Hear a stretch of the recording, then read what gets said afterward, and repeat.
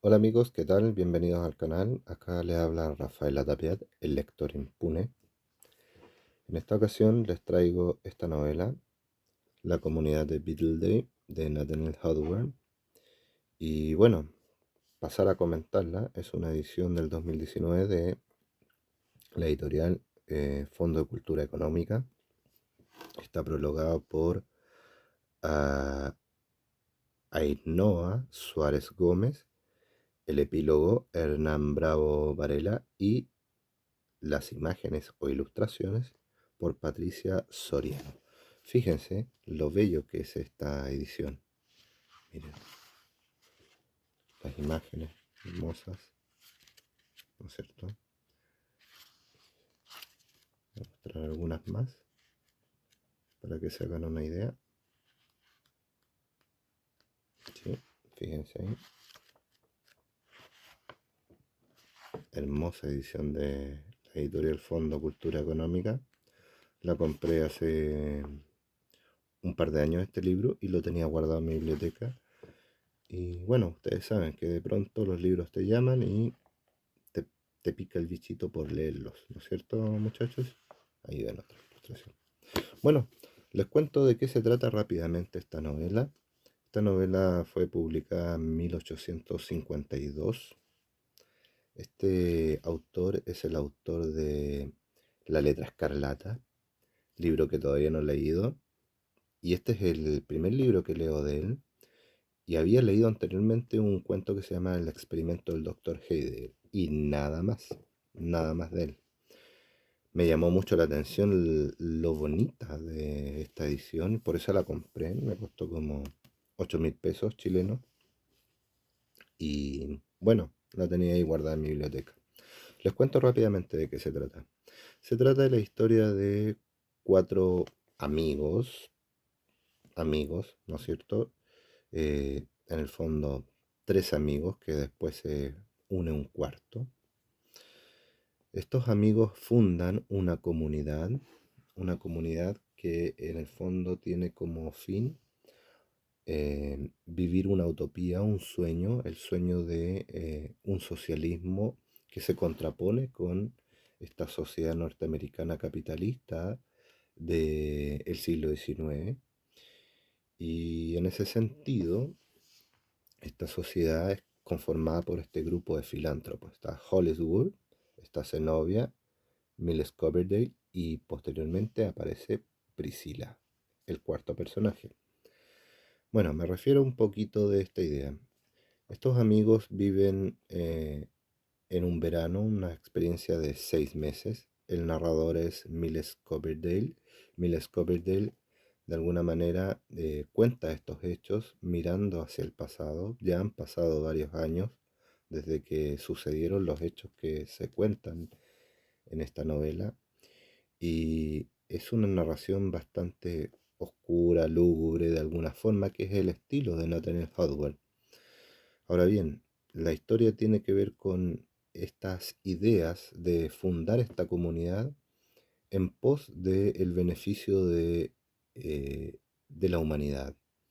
En esta comunidad llegaban muchos niños a ser educados, se cultivaba la tierra, se hacían todas las labores que estaban, digamos, destinadas a lo que es agrícola hablando, hablando agrícolamente. Eso, amigos. Y bueno, en ese sentido, esta historia nos refleja estas desavenencias en la visión de qué es lo que se quiere.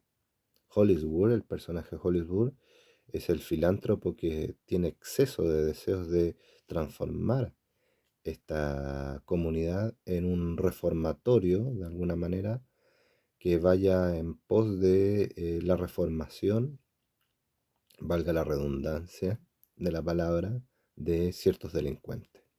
Está Zenobia, que es una mujer bellísima, joven, eh, muy acaudalada, y que de pronto también juega un papel importante al final de la historia. Está Priscila, que es una muchachita, jovencita, es una puber de unos 13, 14 años, que es rescatada por Hollywood y llevada a vivir a la comunidad de Beatle, y en ese sentido es presentada en esta sociedad y es recibida más o menos bien, más o menos mal, especialmente por Zenobia y con admiración también por Miles Coverdale. Bueno, la historia transcurre en estos 6 meses de estadía. El protagonista empieza a tener, el protagonista digo, el narrador, empieza a tener un hastío de la convivencia con los otros personajes, especialmente con un labrador bastante bruto, con el mismo Hollywood, que tienen discrepancias respecto de cómo conducir de alguna manera la comunidad y cuál es su finalidad, su objetivo tras la fundación de esto. También este narrador, Miles Coverdale, de alguna manera recibe el rechazo amoroso de Zenobia y oculta una atracción amorosa hacia Priscila, esta muchachita.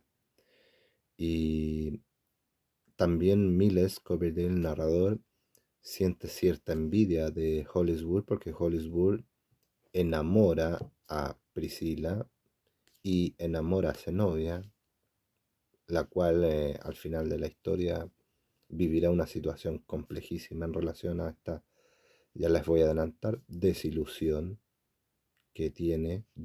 amorosa que tiene con Hollywood, este filántropo millonario, qué sé yo, que tenía este ideal de transformar la comunidad en un reformatorio para delincuentes. Y bueno, Miles Coverdale, hastiado de la convivencia, se va por un tiempo, llega a la ciudad, Nueva Inglaterra, estamos en pleno siglo XIX, en Norteamérica.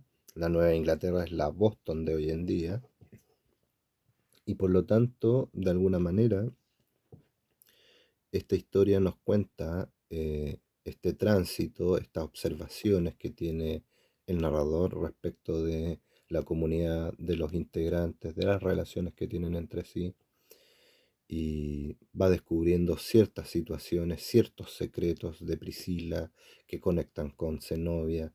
eh, Va descubriendo, digamos, vidas atravesadas por la miseria. El señor Modil, no sé si lo digo bien, que es un personaje secundario que aparece al principio y casi al final de la obra, pero tiene un, eh, un punto en común con Priscila y con Zenobia. Y Zenobia, de alguna manera, es vista como un personaje, digamos, bien altanero dentro de la historia. Después me voy a referir a ellos principalmente con sus características. Y de alguna manera, esta comunidad llega a su fin, ¿no es cierto? Después de la desilusión, después de el sacarse las máscaras, si bien lo digo, el sacarse las máscaras de cada uno de los personajes en cuanto a sus intenciones y su visión de la vida y de lo que quieren y de lo que buscan al conformar y el ser fundadores de esta comunidad de Beatle. Entonces, en ese sentido, la historia nos lleva a un final trágico, nos lleva a un final donde la muerte se hace presente, un gran tópico literario, la muerte. Y bueno, eso es como sinopsis del libro. Ahora, el estilo de Nathaniel Hawthorne es un estilo que utiliza el autor, es un romanticismo bien gótico, como se puede definir. Es este autor, digo, es la inspiración de Edgar Allan Poe, por ejemplo. Poe encontraba en él un gran maestro de las profundidades psicológicas y de la conformación de los personajes, especialmente femeninos, y en ese sentido es un maestro de la observación, Nathaniel Hawthorne, para Poe, para Edgar Allan Poe. Imagínense lo importante que es, o que fue, mejor dicho, la intertextualidad entre ellos, o la inspiración, mejor dicho. Entonces el estilo que desarrolla es un estilo donde el narrador va reflexionando, va describiendo los paisajes, va reflexionando en torno a la convivencia, en torno a los ideales de cada uno. Aparecen ciertos temas importantes que son abordados en la obra, por ejemplo, el feminismo, que es, por decirlo así, defendido por Zenobia, que es una especie de eh, mujer que va exponiendo en distintas conferencias su visión feminista de la vida y el rol que debe tener las mujeres, pero nunca se dice que realmente consigue algo cuando hace estas cosas, porque ella siempre alza la voz en torno a estas ideas, en torno a la noción de la defensa de la mujer, en un siglo misógeno por excelencia, ¿no es cierto? El siglo XIX, y para qué hablar del XX, que obviamente es el siglo heredero de esa misoginia del XIX, en Occidente, por lo menos. Ahora, aborda aborda ciertos temas que son propios del romanticismo, por ejemplo, la cercanía con la naturaleza como un confidente, como un ente que está ahí y de alguna manera ese confidente es un refugio. Siempre los románticos tuvieron esa idea de esa cercanía con la naturaleza. Por otro lado, otro tema interesante de la novela es, de alguna forma, las creencias espiritistas del siglo XIX. Aparece una dama del velo que puede ser, no sé, una alusión, si bien es cierto, no es un personaje que interviene en la historia, pero es una alusión relacionada a la idea del espiritismo. Por ahí Priscila es utilizada de alguna manera como una suerte de medium para poder trabajar de alguna forma ciertas predicciones, epifanías, qué sé yo. Aparecen ciertos profesores que las utilizan a ella, a la chica, en estas sesiones donde aparece el espiritismo fuertemente.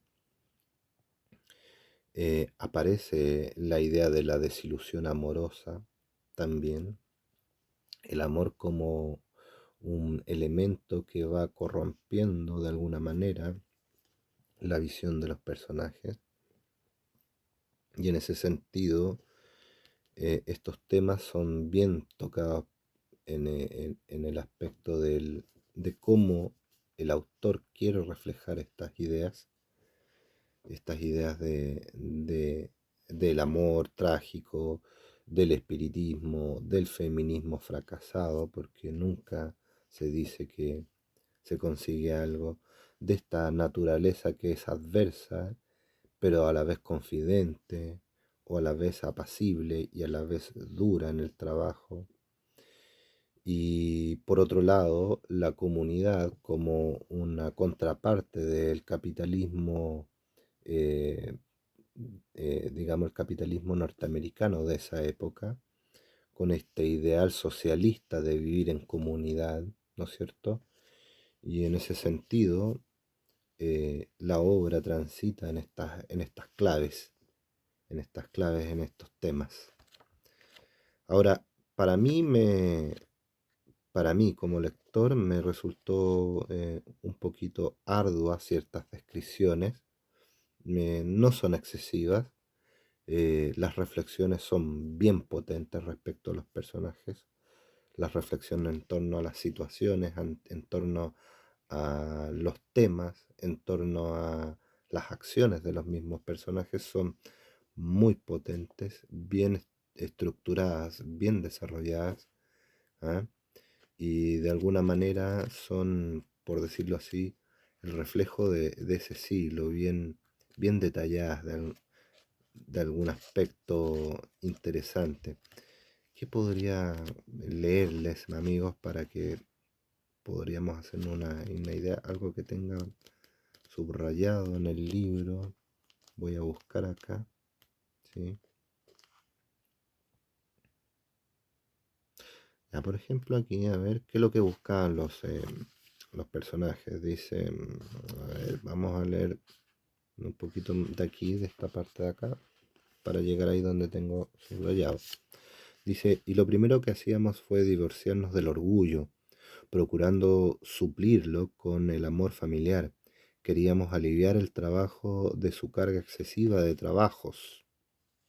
Perdón, queríamos alivianar al trabajador de su carga excesiva de trabajos, asumiendo la parte de estos que nos correspondiera y realizándolos a costa de nuestra propia fuerza y músculos. Buscábamos nuestro provecho en la ayuda mutua, en lugar de arrancarlo de las manos del enemigo por la fuerza o de birlarlo astutamente de gente menos sagaz que nosotros.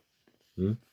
Bueno, ahí hay una muestra del lenguaje, un lenguaje bastante, por decirlo así, decimonónico, bastante inusual para esta época, para un lector que no está acostumbrado a leer este tipo de autores, pero a aquellas personas que les gusta este tipo de obras, donde hay un final trágico, donde hay amores que son totalmente eh, incompatibles, donde hay intrigas, secretos, donde hay pasiones bajas que no se manifiestan abiertamente, etcétera. Les puede gustar a esos lectores.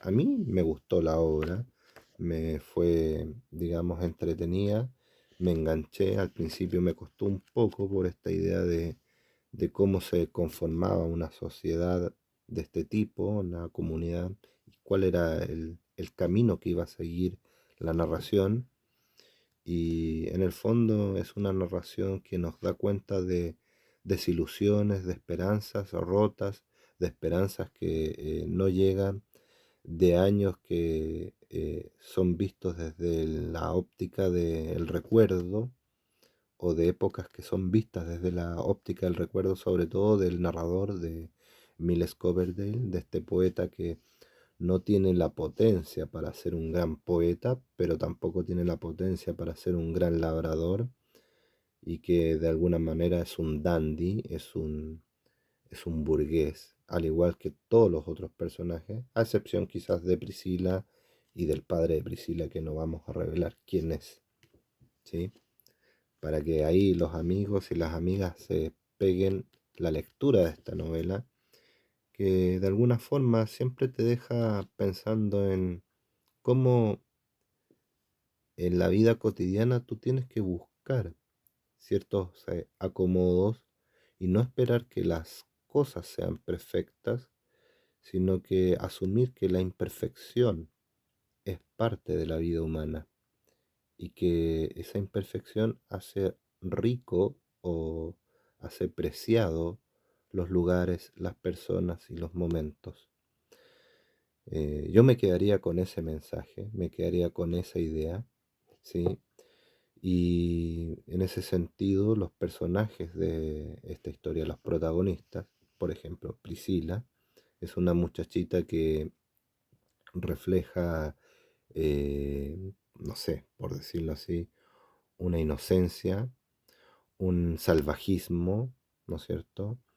Holliswood, el filántropo que lleva a Priscila a vivir a la comunidad, refleja la avaricia. Miles Coverdale puede reflejar esta lujuria, esta envidia, porque había envidia en el narrador de alguna manera, y Zenobia puede reflejar este orgullo, esta forma de ser orgullosa intelectualmente, porque se presentaba como un personaje muy capaz intelectualmente, superior a los hombres del clan, superior al poeta, ¿sí? Y en ese sentido, cada uno de estos personajes era bien representativo de sus cualidades y de las profundidades de su alma, de su conciencia. Y cada uno tenía una idea. En el fondo, resumiendo, cada uno tenía una idea propia de qué es lo que quería, pero nunca llegaron a entenderse porque cada quien quería lo que buscaba, buscaba el beneficio de sus propios intereses, podríamos pensarlo así, pero cada uno quizás pensaba algo diferente del otro que nunca llegó a revelar concretamente y que nunca de alguna manera logró transmitir los personajes y generar esas confianzas, porque nunca se aceptaron de alguna manera, vuelvo a decir, las imperfecciones de cada uno. Y en ese sentido, esas imperfecciones llevó al fracaso a esas relaciones y a esta comunidad de Beatleday. Bien, queridos amigos, creo que con estas palabras es suficiente para referirnos a esta obra. Es el primer libro que leo del autor. Voy a buscar La letra escarlata y otras novelas de él para quizás el día de mañana volver a hablar de este norteamericano llamado Nathaniel Hawthorne. Gracias amigos, nos vemos.